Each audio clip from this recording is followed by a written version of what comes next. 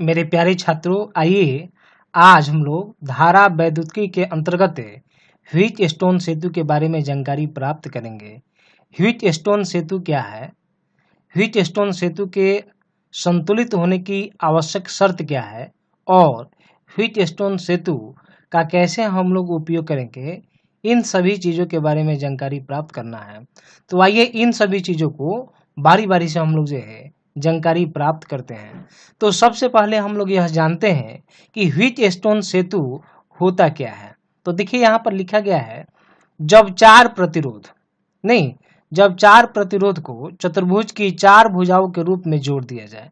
यहाँ देख रहे हैं चार प्रतिरोध हम लोग लिए हैं, एक है P, दूसरा है Q, तीसरा है R, देख रहे हैं ये R, और चौथा है S।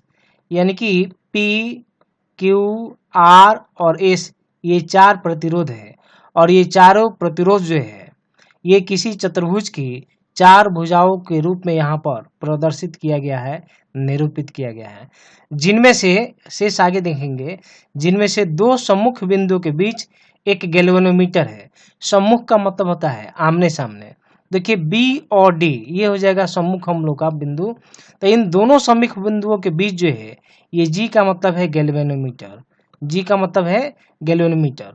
तो इन दो सम्मुख बिंदुओं के बीच जो है गैल्वेनोमीटर को जोड़ा गया है और शेष दो सम्मुख बिंदु के बीच तो शेष दो सम्मुख बिंदु हम लोग का हो जाएगा A और C, और इन दोनों के बीच क्या जोड़ा गया है? सेल जोड़ा गया है। यहाँ पर देख रहे हैं शेष दो सम्मुख बिंदु के बीच सेल जोड़ा गया है।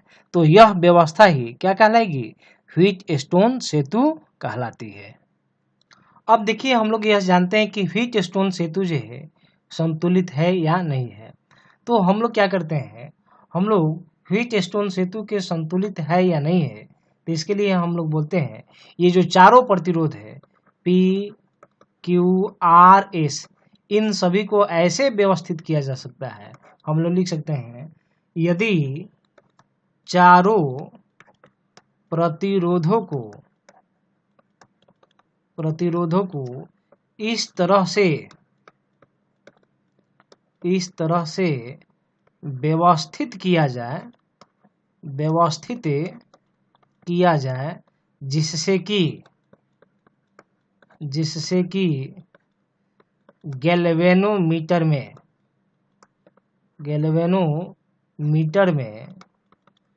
कोई विक्षेप उत्पन्न न हो अर्थात गैल्वेनोमीटर से कोई धारा प्रवाहित न हो, तो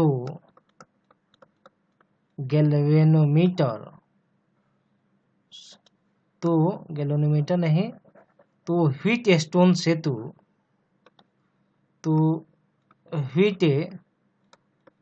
स्टोन सेतु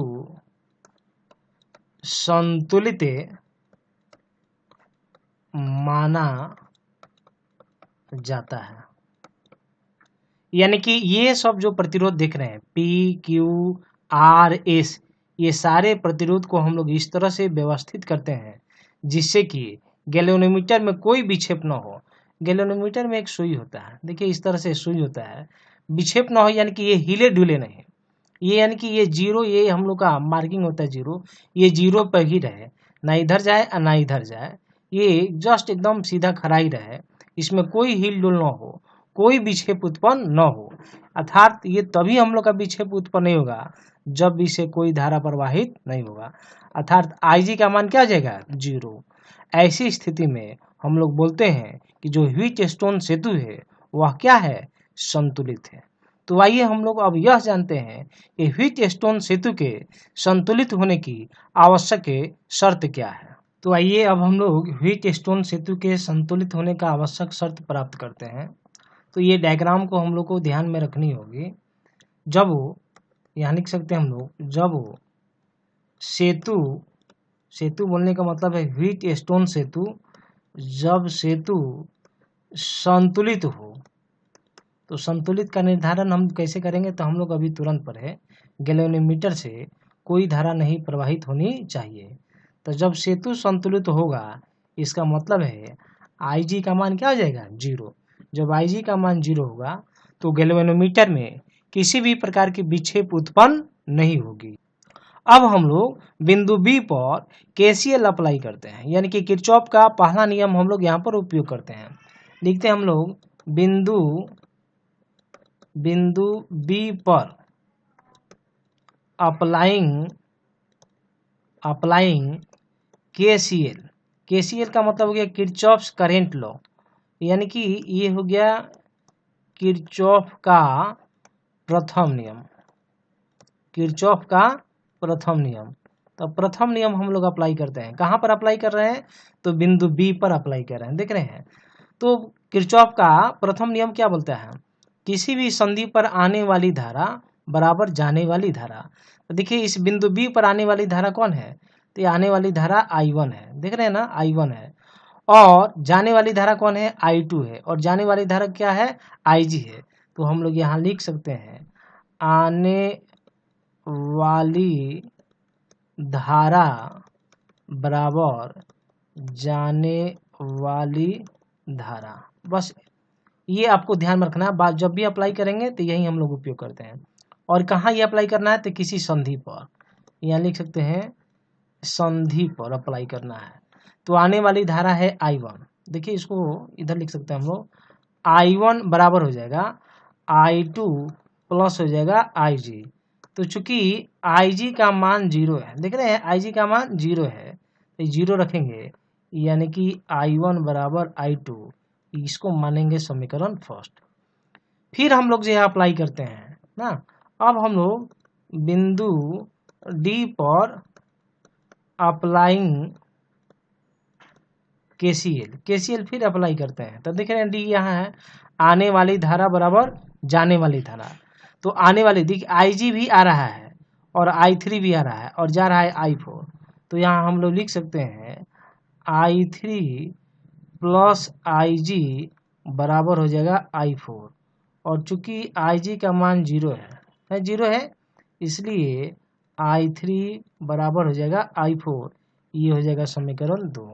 हम लोग क्या करते हैं, समीकरण 1 में 2 से भाग करते हैं, समीकरण 1 भागा समीकरण 2। जब भाग करेंगे तो देखिए क्या मिलेगा, LHS में LHS से और RHS में RHS से। तो भाग करेंगे तो यहाँ लिख पाएंगे हम लोग I1 बाई I3, इधर हो जाएगा I2 बाई I4, और इसको हम लोग मान लेंगे समीकरण 3 मान लेंगे। ये हो जाएगा समीकरण 3।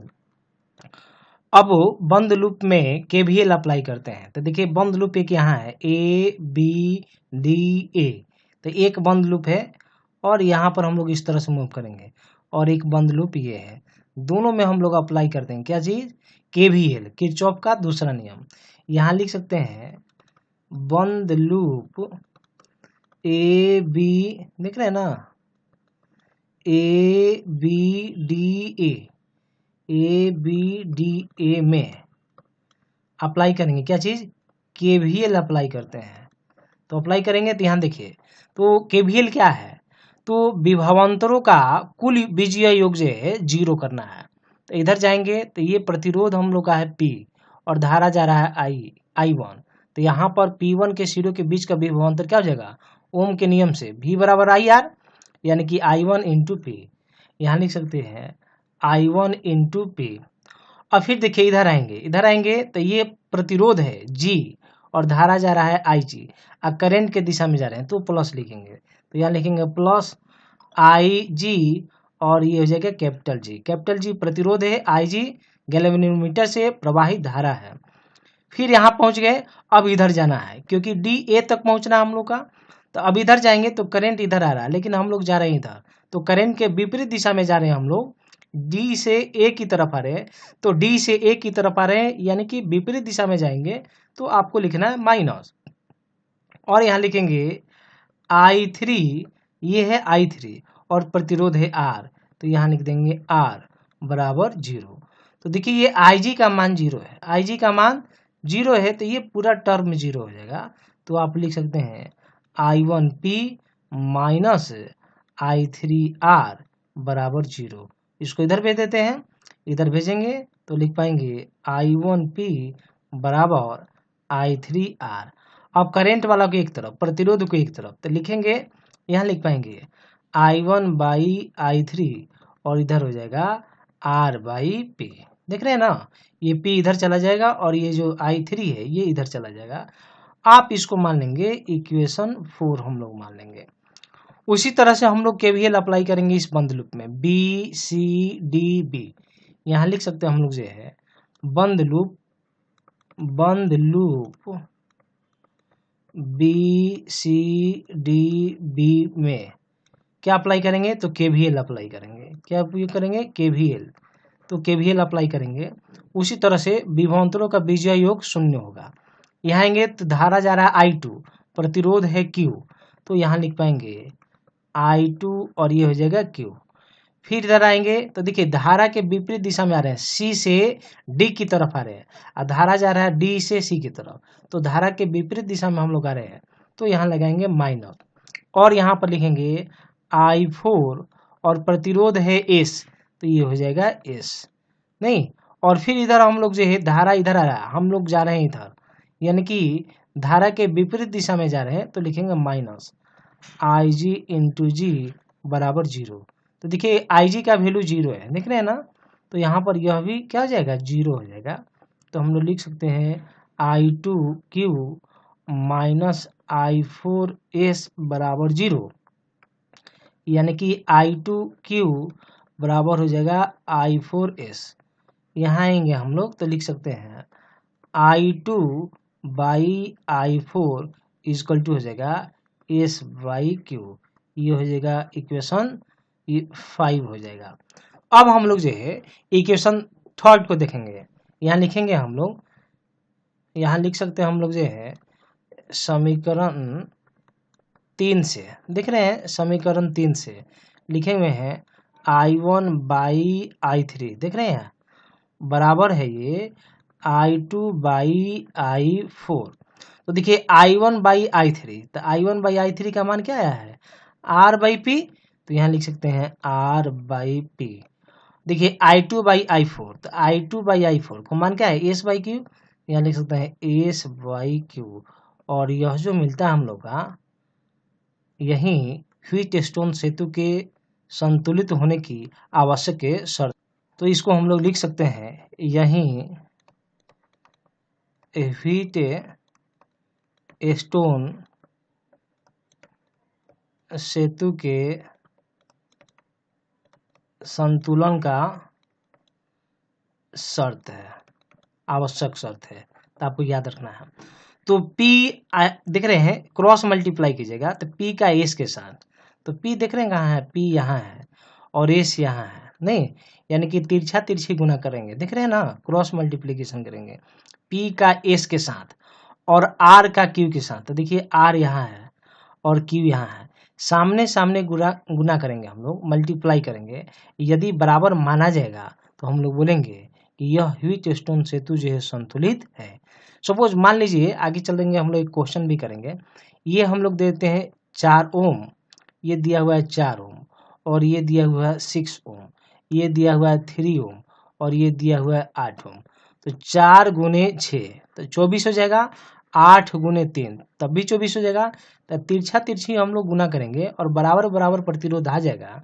इसका मतलब है यह व्हीटस्टोन सेतु संतुलित है, यानी कि IG का मान 0 हो जाएगा। आइए इसके आधार पर हम लोग क्वेश्चन सॉल्व करते हैं। तो देखिए आपके सामने एक क्वेश्चन है जो व्हीटस्टोन सेतु पर जो है आधारित है। जब ऐसा अरेंजमेंट आपको दिखाई देगा तो आप समझेंगे यह व्हीटस्टोन सेतु पर आधारित है। तो देखिए इसमें हम लोग क्या करेंगे, सामने सामने के प्रतिरोध को गुना करेंगे, यानी कि 4 ओम को किसके साथ, 10 ओम के साथ, और 8 ओम को किसके साथ, तो 5 ओम के साथ। तो आप गुना कीजिए, तो ये 4 गुने 10, तो 4 गुने 10 तो ये हो जाएगा 40 और 8 गुने 5 तो यह भी हो जाएगा 40।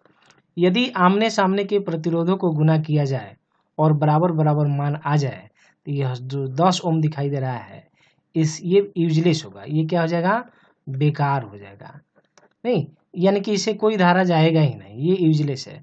तो हम लोग कट कर देते हैं, इसको यहाँ से हटा देते हैं। जब हटाएंगे तो देखिए इस तरह से हम लोग को डायग्राम अब बन जाएगा, और ये डायग्राम अब इस तरह से हो जाएगी, ये इस तरह से, और ये इस तरह से, और ये इस तरह से हो जाएगा। ये है 4 ओम और यह है 5 ओम, नीचे है 8 ओम और ये दिया हुआ है 10 ओम, और ये पॉइंट ए है और इसके बीच तुल्य प्रतिरोध निकालना है। तो ये 4 ओम और 5 ओम किस में है, तो सीरीज में है, ये है सीरीज में। सीरीज बोलने का मतलब यह हो जाएगा श्रेणी में, और यह दोनों भी क्या है, सीरीज में है, ये दोनों भी सीरीज में है। तो साधारण जोड़ की तरह जोड़ेंगे तो 4 + 5, तो ये हो जाएगा कितना, 9 ओम, और इसको जोड़ेंगे तो यह कितना हो जाएगा, ये हो जाएगा 18 ओम। फिर से नया डायग्राम बनाएंगे तो ये डायग्राम अब हम लोग का इस तरह से हो जाएगा, और ये इस तरह से हो जाएगा, ये इस तरह से। ऊपर में आया है 9 ओम और नीचे में 18 ओम, ये पॉइंट ए है और ये पॉइंट बी है। जब दो प्रतिरोध रहता है और दोनों प्रतिरोध समानांतर क्रम में रहते हैं तो तुल्य प्रतिरोध निकालेंगे हम लोग, दोनों को गुना कर देते हैं तो 9 × 18 और दोनों को जोड़ करके भाग देते हैं तो ये हो जाएगा 27, ये हो जाएगा ओम।